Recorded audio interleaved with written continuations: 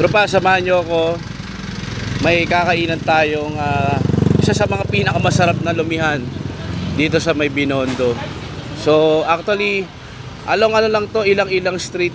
Itong iskinitang ito na pinapasukan natin is Podirama Street.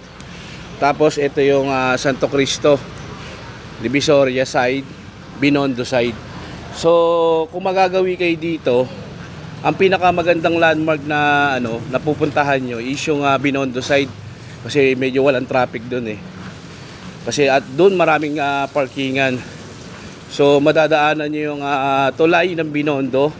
At kung mapapansin nyo yung nabanggit doon sa Limitangere na pansiteria, no? Isa to sa mga pinakamatagal na restaurant dito sa May Kamaynilaan since 1910 actually. At nagsiserve sila ng masasarap na Chinese cuisine dito sa May Kamaynilaan. So tropa, puntahan na natin. Highly recommended to, promise, I promise you. So pasok na tayo tropa. Isa to sa mga pwede nating ma-recommend sa inyo na masarap na kainan.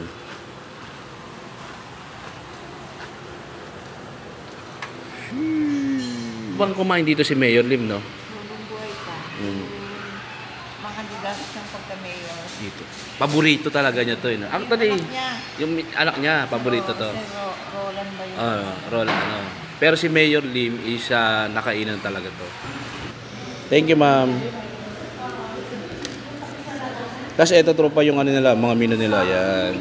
So meron din silang page, ilang-ilang restaurant. Pwede nyo makita yung mga nila doon.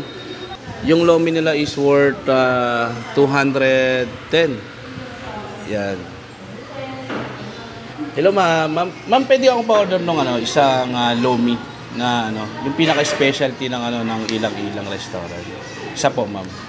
Thank you. Thank you. Tropa, nako, isa raw to sa mga paborito ni Mayor Lim na kinakainan dito sa Kamaynilaan. Yung namayapa naming mayor dito sa Maynila. So ito, actually wala silang sili, out of stock yung sili nila. Hiningi na lang natin yung hot sauce, paminta, kalamansi.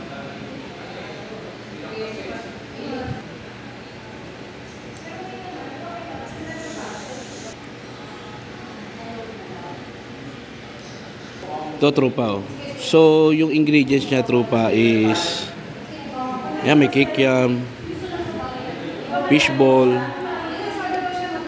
tapos may pork, yan, tapos nilagyan ng egg. So typically yung ingredients ng lomi ng ng mga Chinese. So ito yung mga authentic talaga na lomihan na masasarap dito sa may Binondo. So tikman na natin tropa. Ilang-ilang restaurant since 1910. Isa to sa mga paborito ni Mayor Lim na kinakainan dito sa may Maynila. So, liblib tong kainan na to. Sikat to, actually yung ilang-ilang restaurant. So, tikman na natin, tropa. Yan. Oh.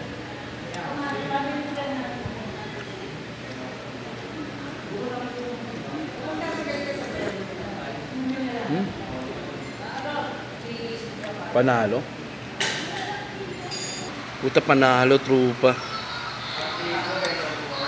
Since 1910 to, trupa. At isa to sa mga pinakamasarap na nagsiserve ng mga Chinese cuisine.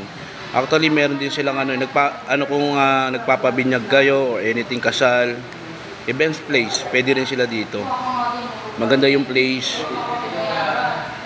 Tapos, ang problema lang yung parkingan. Sarap talaga nyo.